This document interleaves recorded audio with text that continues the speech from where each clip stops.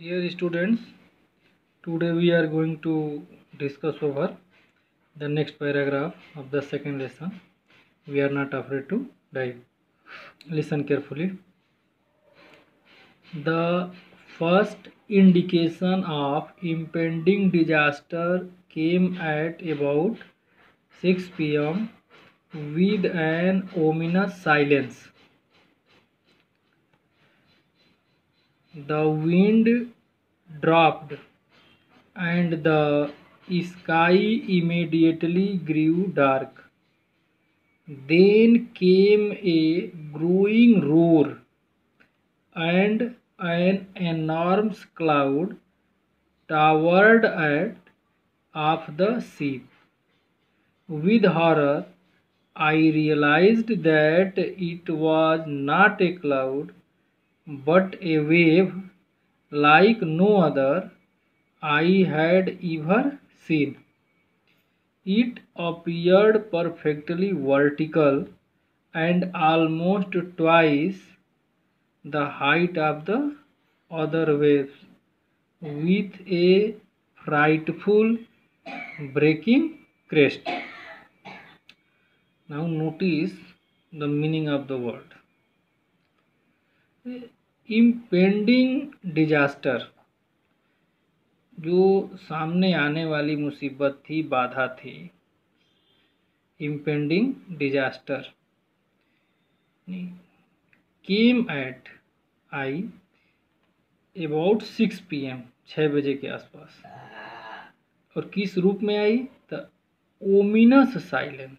Word ominous, ominous जैसे अशुभ होता है, एंड साइलेंस खामोशी या सन्नाटा होती है.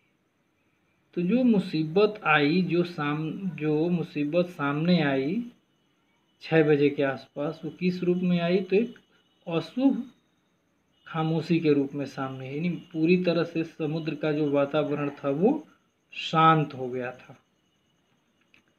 द विंड ड्राफ्ट, यहाँ द विंड ड्राफ्ट का मतलब है हवा का रुक जाना, हवा न चलना.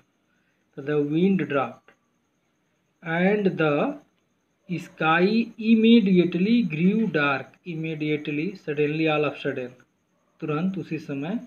ग्रीव डार्क, एकदम काला हो गया. हवा का चलना बंद हो गया और आकाश काला हो गया. Then came a growing roar. तब केम माने आई, ए ग्रोइंग रोर. रोर जो दहाड़ने की आवाज होती है, लेकिन उसके पहले दिया है ए ग्रोइंग रोर, यानी बढ़ती हुई आवाज. जो दहाड़ने की आवाज थी वो बढ़ती हुई आई, बढ़ रही थी. And an enormous. Word enormous का मतलब वेरी लार्ज, विशाल, बहुत बड़ा. क्लाउड, बादल. टावर्ड, छा गया. At back part of the ship, जहाज के पिछले हिस्से पर एक बड़ा बादल छा गया. विद हॉरर, डर से, I realised that it was not a cloud. मैं महसूस किया कि यह एक बादल नहीं, बट ए वेव, एक वेव है. Like no other I had ever seen, और ऐसी वेव कभी भी यह नहीं देखा था. It appeared perfectly vertical. It यानी जो वेव थी, वेव, लहर. अपीयर्ड, लुक, सीन, ऐसा लगा, ऐसा प्रतीत हुआ कि जो थी बिल्कुल परफेक्टली वर्टिकल थी, यानी लंबवत थी. एंड ऑलमोस्ट ट्वाइस, दो गुना, 2 टाइम होता है ना, twice, 2, the height of the other waves. दूसरे वेव्स की तुलना में 2 गुनी ऊंची भी थी. With a frightful breaking crest. कैसे वो दिख रही थी? तो फ्राइटफुल थी, एकदम डरावना, भयानक थी. जिस प्रकार से क्रेस्ट माने पर्वत की चोटी होती है, top off peak, peak crest का सिनोनिम होता है, टॉप, क्रेस्ट, पीक, ये सब सिनोनिम होते हैं पर्वत चोटी। एक विशाल पर्वत चोटी के टूटने जैसा वो दिखाई दे रही थी, डरावनी थी। The roar increased to a thunder, जो रोर था, जो दहाड़ थी, जो ये भी एक आवाज़ के लिए इंडिकेट किया है, और थंडर भी एक आवाज़ के लिए इंडिकेट किया है। ये कम आवाज़ है और ये बढ़ करके, रोर बढ़ करके थंडर हो जाता है, यानी दहाड़ कह सकते हैं कि अधिक होकर के गर्जना का रूप धारण कर लेती है। Increase to thunder as stern moved up, जो जहाज का स्टर्न था, जो पिछला पोर्शन था, वो ऊपर की तरफ मुड़ता है। And face of the wave, for a moment I thought we might ride over it, एक पल के लिए सोचा कि हम इसके ऊपर सवारी कर रहे हैं, इसके ऊपर हम सवार हैं, यानी वेव के ऊपर सवार हैं। बट देन, लेकिन तब, a tremendous explosion shook the deck, एक भयानक, ट्रिमेंडस बहुत बड़ा, एक्सप्लोजन जो था, विस्फोट, सूक द डेक, पूरे डेक को हिला के रख दिया। A torrent of green and white water broke over the ship, पूरे जहाज के ऊपर जो एक ये दिया है कि ग्रीन, हरे रंग की, और दूसरा जो दिया है वो था वाइट, सफ़ेद रंग का। ब्रोक ओवर माने उस पर, सीप के ऊपर से ब्रेक ओवर, फूट पड़ना या शुरू होना होता है, आ करके टकराता है द शिप, जहाज से। टोरेंट जैसे जल प्रवाह या जलधारा कह सकते हैं। तो एक विशाल बड़ी जलधारा जो है ग्रीन और वाइट कलर की, वो आ करके और जहाज पर टकराती है। Correct, my head smashed into the wheel, उसका जो सिर है वो पहिए से जाके टकरा जाता है। And I was aware of flying overboard and sinking below the waves, और क्या करा कि मैं अवेयर था, सचेत था, या तो मैं उसके ऊपर उड़ रहा हूँ या फिर वेव के नीचे डूब रहा हूँ। आई accepted my approaching death, word approaching मतलब कमिंग, आती हुई, एक्सेप्टेड मैंने स्वीकार किया, कह कि मैं अपनी आती हुई डेथ को, मृत्यु को स्वीकार किया। And as I was losing consciousness, consciousness में सचेत होना, सचेतता होती है, तो लूजिंग कॉन्शियसनेस एक तरह से हम कह सकते हैं बिकमिंग फेंट, बेहोश होना।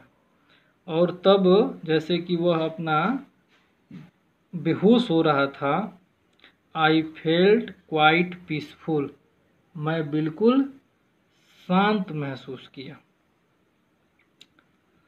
अनएक्सपेक्टेडली, देखिए जिसकी कोई उम्मीद न रही हो, अनएक्सपेक्टेड, वो चूंकि यहाँ दिया है कि I accepted my approaching death and as I was losing consciousness I felt, यानी उसने अपने डेथ को एक्सेप्ट कर लिया, और अब वो धीरे धीरे जो बेहोश हो रहा था उसको लगा कि अब उसकी डेथ निश्चित है।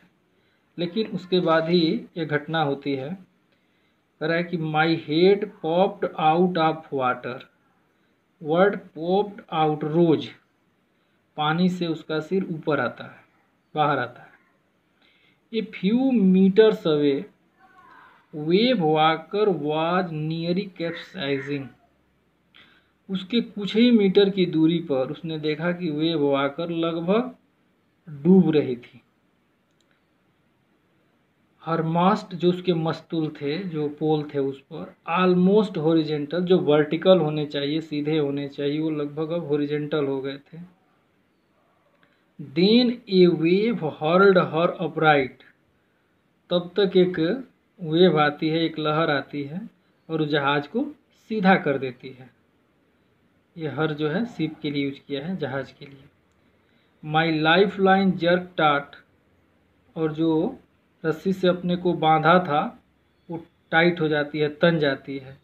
आई ग्रेब्ड द गार्ड रेल्स, जो शिप पर रेलिंग बनी हुई थी उसको पकड़ता है, ग्रेब करता है, कस के पकड़ता है। And sailed through the air into wave walkers main boom, और हवा में तैरते हुए वो मेन मुख्य भाग तक वेव वॉकर में पहुंच जाता है, जो उसका मेन पोर्शन था वहां तक फिर आ जाता है। यानी एक बार फिर उसकी जहाज सीधी हो जाती है और वो अपनी जहाज में आ जाता है।